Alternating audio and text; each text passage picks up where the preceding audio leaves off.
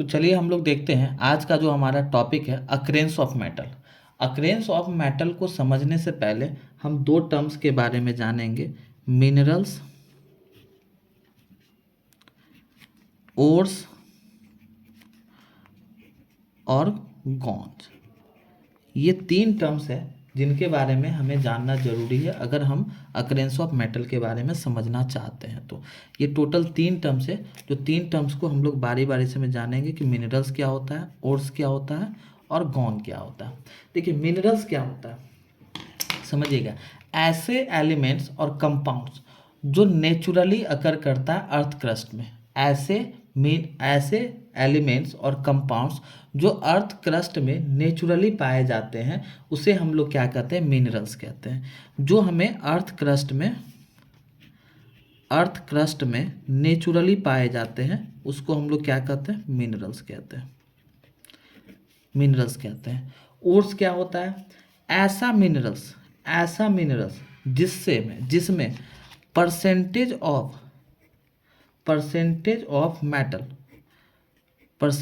Of metal high रहेगा और हम उसे प्रॉफिटेबली एक्सट्रैक्ट कर पाए, तो ऐसे मिनरल्स को ओर्स कहते हैं। ठीक है। और गॉन्ज क्या होता है, तो जो भी हम ओर्स से मेटल को एक्सट्रैक्ट करते हैं उस मेटल्स में कुछ इम्प्योरिटीज होते हैं। क्या होते हैं, इम्प्योरिटीज होते हैं, और उस इम्प्योरिटीज को हमें रिमूव करना पड़ता है, जो कि आगे हमारे पास टॉपिक है कंसंट्रेशन या इनरिचमेंट ऑफ ओर। मतलब कि ओर से इम्प्योरिटीज को रिमूव करने की जो प्रक्रिया होती है उसको हम लोग क्या कहते हैं, कंसंट्रेशन ऑफ ओर। और उसमें जो इम्प्योरिटीज प्रेजेंट होता है उसी को हम लोग क्या कहते हैं, गॉन्ग कहते हैं। ठीक है। तो चलिए हम लोग इसके डिफिनीशन के बारे में थोड़ा देख लेते हैं कि व्हाट इज मिनरल्स। तो ऐसा एलिमेंट और कंपाउंड जो नेचुरली पाए जाते हैं अर्थ क्रस्ट में उसी को हम लोग क्या कहते हैं, मिनरल्स कहते हैं। ठीक है। ऐसा एलिमेंट और कंपाउंड जो नेचुरली पाए जाएंगे अर्थ क्रस्ट में उसको हम लोग मिनरल्स कहते हैं।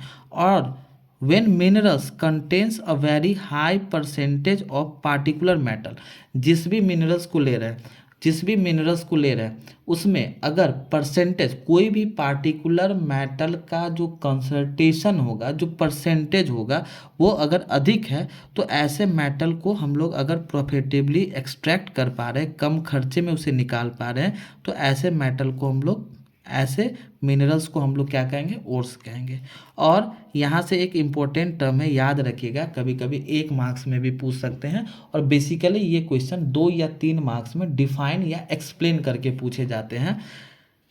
All the ores are minerals, जितने भी ओर्स हैं वो सारे क्या है, मिनरल्स है। लेकिन सारे मिनरल्स को हम लोग ओर्स नहीं कहेंगे, वही मिनरल्स को ओर्स कहेंगे जिससे हम लोग मेटल को प्रॉफिटेबली और आसानी से मेटल को एक्सट्रैक्ट कर पाए, जिसमें जो परसेंटेज हो किसी भी पार्टिकुलर मेटल का वो अधिक हो, कंसंट्रेशन उसका अधिक हो, ऐसे मिनरल्स को हम लोग ओर्स कहते हैं। तो यहाँ से ये बात याद रखिएगा कि all ores are minerals but not all minerals are ores.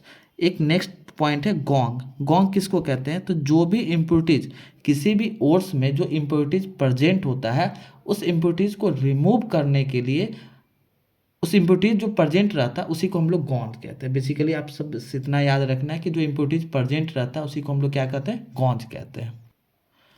अब हम लोग देखते हैं मेटल्स। तो मेटल्स की अगर हम बात करेंगे तो नेचुरली मेटल जो है 2 फॉर्म में पाए जाते हैं, एक फ्री स्टेट, दूसरा हो गया कंबाइंड स्टेट। फ्री स्टेट को हम लोग नेटिव स्टेट भी कहते हैं और कंबाइंड स्टेट को हम लोग कंपाउंड के भी फॉर्म में कहते हैं। मतलब नेचर में मेटल्स जनरली 2 स्टेट में पाए जाते हैं, एक फ्री स्टेट जिसको हम लोग नेटिव स्टेट भी कहते हैं, और दूसरा हो गया कंबाइंड स्टेट, मतलब कंपाउंड के फॉर्म में जो भी हमें पाए जाते हैं उसको कंबाइंड स्टेट कहते हैं। ठीक है। तो बेसिकली अगर हम देखें तो अर्थ क्रस्ट जो है हमारा वो क्या है, मेजर सोर्स है मेटल का। और साथ में सी वाटर से भी मेटल हमें एक्सट्रैक्ट होता है। जैसे आपका सी वाटर से सोडियम क्लोराइड, मैग्नीशियम क्लोराइड, तो सोडियम क्लोराइड से आप सोडियम को एक्सट्रैक्ट कर लोगे, मैग्नीशियम क्लोराइड से मैग्नीशियम को एक्सट्रैक्ट कर लोगे। ठीक है, तो मेटल्स जो है हमारे नेचर में दो फॉर्म में पाए जाते हैं, फ्री स्टेट और कंबाइंड स्टेट। फ्री स्टेट को नेटिव स्टेट और कंबाइंड स्टेट को कंपाउंड के फॉर्म में। जैसे आपका गोल्ड हो गया, जैसे आपका प्लेटिनम हो गया, सिल्वर हो गया, कॉपर हो गया, जो आपको हमने रिएक्टिविटी सीरीज पढ़ाया था। तो आप रिएक्टिविटी सीरीज में सबसे बॉटम में जो देखोगे, जो सबसे लिस्ट रिएक्टिव मेटल होता है bottom of the activity series में, वो सारे मेटल हमें फ्री स्टेट में पाए जाते हैं। और जैसे आपका सोडियम हो गया, पोटेशियम हो गया, कैल्शियम हो गया, मैग्नीशियम हो गया, एल्युमिनियम हो गया, ये कहाँ है, lie at the top of the activity series. और ये सारे हमें ऑक्साइड, सल्फाइड, कार्बोनेट, इस सारे फॉर्म में पाए जाते हैं, मतलब कंबाइंड फॉर्म में पाए जाते हैं। बात समझ में है? अगर हम लोगों ने देखा है यहाँ पे कि मेटल्स को रिएक्टिविटी सीरीज या एक्टिविटी सीरीज के फॉर्म में एक्सट्रैक्ट किया जाता है। तो अगर हम एक्टिविटी सीरीज को ध्यान में रख के अगर हम मेटल को करें कि कैसे कैसे पाए जाते हैं, तो देखिए नेक्स्ट हमारा क्या है कि depending upon reactivity. Depending upon reactivity कहने का मतलब कि कौन सा मेटल मोस्ट रिएक्टिव है, कौन सा मेटल लिस्ट रिएक्टिव है, कौन सा मॉडल मॉडरेटली रिएक्टिव है, उसके बेस पे इस तरीके से एक डायग्राम हमने बनाया है। और इसमें आपने समझना है क्या है कि जैसे हमारा पोटेशियम हो गया, कैल्शियम हो गया, सोडियम हो गया, मैग्नीशियम हो गया, एल्युमिनियम हो गया, ये सारे क्या है, हाईली रिएक्टिव मेटल है। ठीक है, तो क्या है, top of the activity series है। तो ये सारे मेटल कभी भी फ्री स्टेट में पाए नहीं जाएंगे। ये जब भी हमें मिलेंगे, ये सारे मेटल जब भी हमें मिलेंगे, हमेशा कंबाइंड स्टेट में मिलेंगे अपने नेचर में, जैसे ऑक्साइड के फॉर्म में, कार्बोनेट के फॉर्म में, सल्फाइड के फॉर्म में, क्लोराइड के फॉर्म में। ठीक है, और अगर हम बात करेंगे जिंक, आयरन, निकेल, लीड और टीन, ये सारे क्या है, मॉडरेटली रिएक्टिव मेटल है, जो कि हमारे middle of the activity series, आपके रिएक्टिविटी सीरीज के मिडिल में पाए जाते हैं। और ये सारे मेटल भी कंबाइंड स्टेट में पाए जाते हैं। और अगर हम बात करेंगे कॉपर और सिल्वर का, ये लेस रिएक्टिव मेटल है, जस्ट बिलो द हाइड्रोजन। आप देखो यहाँ पे क्या होता है, आपका हाइड्रोजन होता है। तो हाइड्रोजन एक नॉन मेटल है, तो हाइड्रोजन से ऊपर वाले जितने भी मेटल है वो सारे कंबाइंड स्टेट में पाए जाएंगे। हाइड्रोजन से नीचे वाले जितने भी मेटल है वो सारे फ्री स्टेट में पाए जाएंगे, फ्री स्टेट में, जिसमें से कॉपर और सिल्वर ये दो ऐसे मेटल है जो लेस रिएक्टिव है, जो हाइड्रोजन गैस के जस्ट नीचे आता है। और ये ऐसे दो मेटल है जो फ्री स्टेट और साथ में कंबाइंड स्टेट दोनों में पाए जाते हैं। तो आपको यहाँ से एक बात याद रखना है, आपको क्वेश्चन अगर एग्जाम में पूछा है कि ऐसे मेटल का नाम बताओ जो फ्री स्टेट और कंबाइंड स्टेट दोनों में पाए जाते हैं, तो आपके पास दो ऑप्शन, आप किसी एक को टिक कर लेना। एक तो हो गया आपका कॉपर और दूसरा क्या हो गया, सिल्वर। ये दो ऐसे मेटल हैं जो कंबाइंड और फ्री दोनों स्टेट में पाए जाते हैं। बाद बाकी अगर हम बात करेंगे प्लेटिनम का, अगर हम बात करेंगे गोल्ड का, तो ये दो ऐसे मेटल हैं जो कि लिस्ट रिएक्टिव मेटल हैं और ये हमेशा फ्री स्टेट में पाए जाते हैं। तो आपको ये बात ध्यान रखना है, आपको अपने रिएक्टिविटी सीरीज को देखो और देखो कि कौन सा मेटल है जो हाइड्रोजन से ऊपर है। हाइड्रोजन से मेटल से ऊपर जितने भी मेटल है, हाइड्रोजन से ऊपर जितने भी मेटल आपके रिएक्टिविटी सीरीज में, वो सारे हाईली रिएक्टिव है या मॉडरेटली रिएक्टिव है। जैसे आपका पोटेशियम हो गया, कैल्शियम हो गया, सोडियम हो गया, मैग्नीशियम हो गया, एल्युमिनियम हो गया, ये सारे हाईली रिएक्टिव मेटल है, मतलब एक्टिविटी सीरीज में टॉप पे पाए जाते हैं। तो ये मेटल कभी भी फ्री स्टेट में नहीं पाए जाएंगे। और अगर हमारा मॉडरेटली रिएक्टिव मेटल की बात करेंगे, जो एक्टिविटी सीरीज या रिएक्टिविटी सीरीज के बीच में पाए जाते हैं और हाइड्रोजन से जस्ट ऊपर होगा, ये सारे मेटल भी आपको कंबाइंड स्टेट में देखने को मिलेगा। लेकिन अगर हम बात करेंगे just below the hydrogen, hydrogen के नीचे वाले जितने भी मेटल्स हैं, जैसे कॉपर हो गया, आपका गोल्ड हो गया, ये दो हो गया, ये ऐसे हैं जो फ्री स्टेट और कंबाइंड स्टेट दोनों में पाए जाते हैं। और प्लेटिनम और गोल्ड ये सबसे लिस्ट रिएक्टिव मेटल है, ये आपको हमेशा फ्री स्टेट में पाए जाएंगे। तो आपको हमने ऊपर में भी एग्जाम्पल में लिखा था कि फ्री स्टेट में कौन कौन से मेटल पाए जाते हैं। तो इसमें गोल्ड हो गया, प्लैटिनम हो गया, कॉपर हो गया, सिल्वर हो गया, जिसमें कॉपर और सिल्वर ये दो ऐसे मेटल हैं जो फ्री और कंबाइंड दोनों में पाए जाते हैं। ठीक है, और गोल्ड और प्लेटिनम ये हमेशा जब भी प्राप्त होंगे फ्री स्टेट में। बात समझ में आया? अब अगर हम बात करेंगे सोर्सेज कि मेटल, अगर हमें मेटल जो है वो कहाँ से, सबसे अधिक मेटल कहाँ से, एबंडेंस मतलब मेटल की मात्रा सबसे अधिक कहाँ होती है, मतलब हमें जो मेजर सोर्स है वो मेटल का क्या है, तो आपको बोलेगा, अगर मेजर सोर्स की बात करेगा तो आप क्या कहोगे कि अर्थ क्रस्ट जो है वो हमारा मेजर सोर्स है किसी भी मेटल का।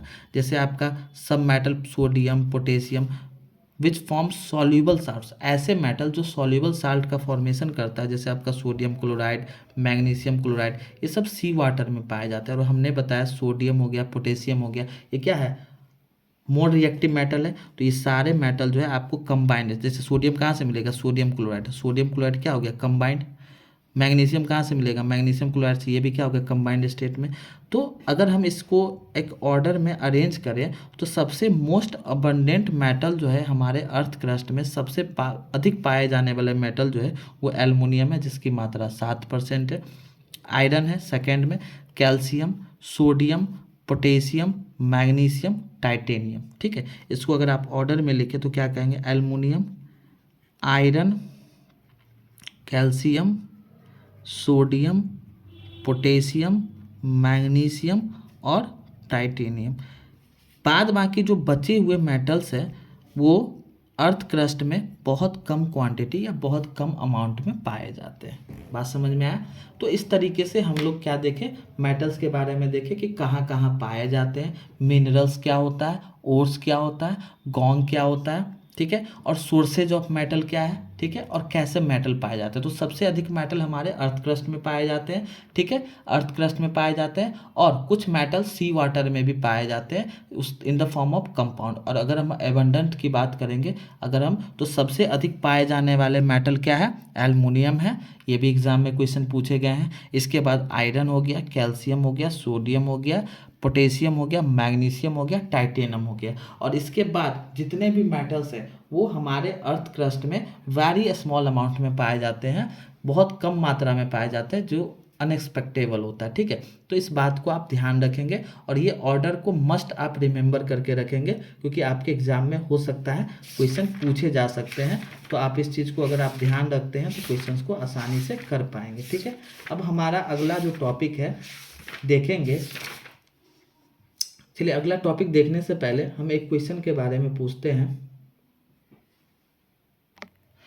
तो हम लोग देखते हैं कि कौन सा मेटल किस ओर से निकाले जाते हैं और उस कंपाउंड जिस ओर से निकाले जाते हैं उनके कंपाउंड का नाम क्या है। ठीक है, तो यहाँ से पहला नंबर में हम लोग देखते हैं सोडियम। अगर हम सोडियम की बात करेंगे तो इसके ओर का नाम क्या है, रॉक सॉल्ट, रॉक सॉल्ट। और इसका जो फार्मूला होगा सोडियम क्लोराइड। ठीक है, फार्मूला क्या हो गया ओर का, सोडियम क्लोराइड। ठीक है, तो आप अगर सोडियम मेटल हमें, अगर आपको बोलेगा कि आप उस ओर का नाम बताओ जिससे सोडियम मेटल एक्सट्रैक्ट किया जाता है, तो आप क्या कहोगे, रॉक सॉल्ट। मतलब सोडियम मेटल जो है वो रॉक सॉल्ट से एक्सट्रैक्ट होता है। ठीक है, और इसके कंपाउंड का फार्मूला क्या हो गया, ओर का फार्मूला क्या हो गया, NaCl। अगर हम दूसरा मेटल की बात करेंगे तो एल्यूमिनियम,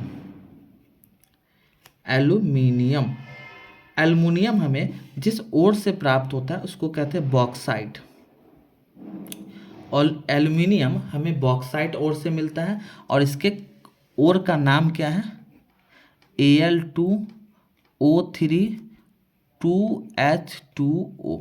क्या पढ़ेंगे इसको, एल्युमिनियम ऑक्साइड, एल्युमिनियम ऑक्साइड। ठीक है, तो एल्युमिनियम मेटल किस ओर से मिलता है, बॉक्साइट ओर से, उसके कंपाउंड का नाम क्या है, तो एल्युमिनियम ऑक्साइड। ठीक है, तीसरा अगर हम देखें मैग्नीशियम, मैग्नीशियम से पहले हम लोग मैग्नीज देख लेते हैं। तो जो मैग्नीज मेटल है वो हमें पायरोलुसाइड, इसके ओर का नाम क्या है, पायरोलुसाइड, और इसके फार्मूला क्या है, MnO2। ठीक है, name of compound in a ore MnO2 मतलब मैग्नीज डाइऑक्साइड। बात समझ में है। नेक्स्ट अगर हम बात करेंगे जिंक, तो जिंक के बारे में आप याद रखेंगे, जिंक जो है दो ओर से मिलता है। जिंक हमें कैलामाइन ओर से भी मिलता है, और दूसरा क्या हो गया इसका, जिंक ब्लेंड, जिंक ब्लेंड, ये दो और है जिससे हमें जिंक मिलता है। ठीक है, कैलामाइन ओर से इसका फॉर्मूला हो जाएगा ZnCO3, ठीक है। ZnCO3 मतलब जिंक कार्बोनेट, और जिंक ब्लेंड किससे मिलता है, जिंक सल्फाइड से, जिंक सल्फाइड, जिंक सल्फाइड जिसका फॉर्मूला क्या होगा, ZnS। तो बात समझ में है, जिंक दो ओर से मिलता है, कैलामाइन ओर से और जिंक ब्लेंड से, और इसका फार्मूला क्या हो गया, name of the compound in a ore का फार्मूला क्या हो गया, जिंक सल्फाइड, और कैलामाइन हो गया जिंक कार्बोनेट। इसके बाद नेक्स्ट हमारा आता है आयरन। अगर हम आयरन की बात करेंगे तो आयरन हमें हेमेटाइट ओर से प्राप्त होते हैं, ठीक है। और इसका फार्मूला क्या होता है, Fe2O3। Fe2O3 कहने का मतलब आयरन और थर्ड ऑक्साइड, ठीक है।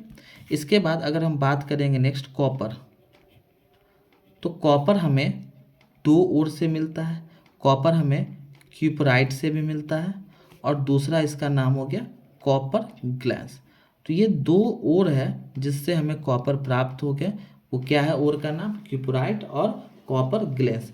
क्यूपराइट जो हमें मिलता है वो Cu2O कॉपर 1 ऑक्साइड से, और कॉपर ग्लेंस हमें Cu2S, ठीक है। Cu2S मतलब कॉपर 1 सल्फाइड, ठीक है। तो कॉपर के भी दो ओर हो गए, क्यूपराइट और कॉपर ग्लेंस, ठीक है, क्यूपराइट और कॉपर ग्लेंस। और नेक्स्ट है मर्क्यूरी। अगर हम बात करेंगे मर्क्यूरी की, जिसका सिंबल क्या होता है, Hg, ये हमें सिनेबार ओर से प्राप्त होते हैं, और इसका होता है फार्मूला HgS। इसके कंपाउंड का फार्मूला होता है HgS, मरकरी टू सल्फाइड। तो हम लोगों ने यहाँ देखा कि अलग अलग मेटल अलग अलग ओर से प्राप्त होते हैं, ठीक है। अलग अलग मेटल, जैसे सोडियम किस ओर से मिला, रॉक सॉल्ट से मिला, aluminium bauxite, manganese pyrolusite, zinc calamine और zinc blende, iron haematite, copper cuprite और copper glance, mercury cinnabar ore से, ठीक है। तो ये सारे ओर्स जो है अलग अलग मेटल्स के हैं, ठीक है। तो आप इस टेबल को अगर ध्यान से देखो तो आप देखेंगे कि जो ओर्स है, अलग अलग मेटल्स के जो ओर है वो सारे क्या है, ऑक्साइड है। क्यों, क्योंकि इससे हमें ये पता चलता है कि ऑक्सीजन क्या है, वेरी रिएक्टिव एलिमेंट है, और हमारे अर्थ में बहुत अधिक मात्रा में पाए जाते हैं, ठीक है। जैसे रॉक सॉल्ट सोडियम क्लोराइड, तो इसको छोड़ दो, एल्यूमिनियम, तो इसका कौन सा और है, बॉक्साइट, तो Al2O3। तो आपको याद रखना है ये सारे इंपॉर्टेंट है, कौन सा मेटल किस ओर से मिलता है और उसके कंपाउंड का फार्मूला का नाम क्या है। बात समझ में आया। तो चलिए अब हम लोग देखते हैं एक्सट्रैक्शन ऑफ मेटल, मतलब किसी भी ओर से मेटल को कैसे निकाला जाता है, ठीक है। तो अगर हम बात करेंगे ओर का, जिस मेटल किसके फॉर्म में होता है, in the form of its compound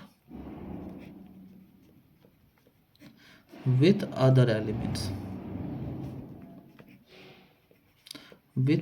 elements, मतलब ये हो गया कि ओर में क्या होता है, मेटल होता है, और मेटल तो अकेले का नहीं होता है, किसके फॉर्म में होता है, कंपाउंड के फॉर्म में होता है, जिसमें उस मेटल, जिस भी मेटल को हमें निकालना है उस मेटल के साथ अदर मेटल भी प्रेजेंट होता है, ठीक है। तो इसलिए इसको माइनिंग, जिस भी मेटल को हम एक्सट्रैक्ट कर रहे हैं अर्थ क्रस्ट से, उसको माइनिंग करने के बाद हमें उसे क्या चीज़ में कन्वर्ट करना होगा, प्योर मेटल में।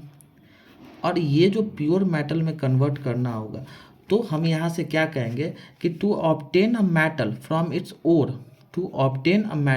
इट्स ओर, इसी को हम लोग क्या कहते हैं, एक्सट्रैक्शन ऑफ मेटल। तो एक्सट्रैक्शन ऑफ मेटल की अगर हम डिफिनीशन की बात करेंगे तो हम क्या कहेंगे, to obtain a metal from its ore, इसी को हम लोग क्या कहेंगे, एक्सट्रैक्शन ऑफ मेटल कहेंगे। कि किसी भी ओर से उसके मेटल को एक्सट्रैक्ट करना क्या कहलाता है, एक्सट्रैक्शन ऑफ मेटल कहलाता है, ठीक है। और इस एक्सट्रैक्शन ऑफ मेटल में बहुत सारे स्टेप्स होते हैं, वो सारे steps, various step involve in the extraction of metals from their ore क्या कहलाएगा, रिफाइनिंग ऑफ ओर। और इसी प्रोसेस को हम लोग क्या कहते हैं, मेटलर्जी। ठीक है, तो मेटलर्जी क्या होता है, वो मेटलर्जी एक ऐसा प्रोसेस होता है जिसमें हम लोग मेटल को जो एक्सट्रैक्ट करते हैं उसके ओर से उसको रिफाइन करके और प्योर मेटल में कन्वर्ट करने की प्रक्रिया को हम लोग क्या कहते हैं, मेटलर्जी कहते हैं। मेनली 3 मेजर स्टेप्स होते हैं मेटल एक्सट्रैक्शन ऑफ मेटल का from its ore. 3 major step होते हैं। पहला क्या होता है आपका, कंसंट्रेशन ऑफ ओर, फिर होता है conversion of concentrated ore into metal, और रिफाइनिंग ऑफ इम्प्योर मेटल। ठीक है, ये टोटल 3 स्टेप होते हैं, और इन्हीं 3 स्टेप्स को करके हम किसी भी मेटल को एक्सट्रैक्ट करते हैं और उसको प्योर मेटल में कन्वर्ट करते हैं। तो हम बारी बारी से चीज़ों को समझते हैं एक एक करके। पहला हम लोग देखेंगे कंसंट्रेशन ऑफ ओर। ठीक है, कंसंट्रेशन ऑफ ओर को ही क्या कहा जाता है, इनरिचमेंट ऑफ ओर भी कहा जाता है। Enrichment of ore, concentration of ore is also called enrichment of ore. अब देखिए ध्यान से समझिएगा बात को। अगर हम बात करेंगे ओर, तो ओर जो होता है किसी भी इम्प्योर कंपाउंड का ओर जिसमें मेटल होता है, उसमें ओर में और क्या क्या होता है, ओर में क्या होता है कि जो अनवांटेड इम्प्योरिटीज होते हैं, ओर में क्या होता है, अनवांटेड इम्प्योरिटीज होते हैं, like sand, Rocky materials,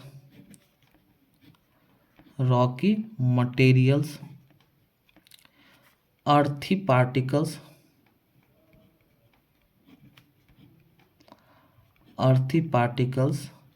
limestones, etc। ठीक है, ये किसी भी ओर में प्रेजेंट रहते हैं। इसी सारे को हम लोग क्या कहते हैं, गोंग कहते हैं। क्या कहते हैं, गोंग, जो कि हमने आपको पहले भी बताया।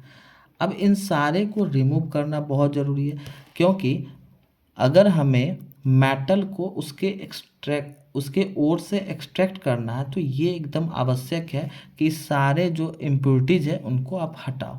और जिस मेथड का यूज करके हम लोग गोंग को रिमूव करते हैं, ये डिपेंड करता है फिजिकल और chemical properties of ore and gong.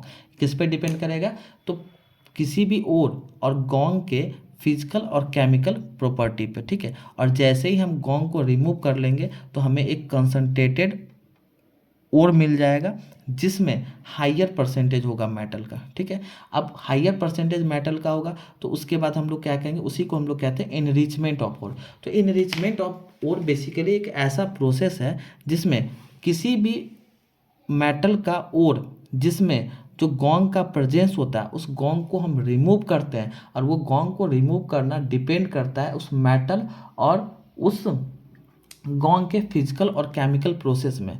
ठीक है, तो उसी को हम लोग क्या कहते हैं, इनरिचमेंट ऑफ ओर कहते हैं। और जैसे ही हम क्या कर लेंगे, अपने ओर को इनरिच कर लेंगे, तो जैसे ही वो इनरिच हो जाएगा तो उसमें जो मेटल का परसेंटेज है वो अधिक हो जाएगा। अब हम क्या करेंगे, दूसरा स्टेप में चले जाएंगे, conversion of concentrated ore into mineral. कि जैसे ही मिनरल हमारा इनरिचमेंट हो गया, कंसंट्रेशन हो गया, उसमें मेटल की परसेंटेज अधिक हो गई, अधिक से अधिक मेटल उसमें पाया गया, तो जाके वो क्या हो जाएगा, कन्वर्जन ऑफ ओर, मतलब दूसरे हम लोग स्टेप में चले जाएंगे। ठीक है।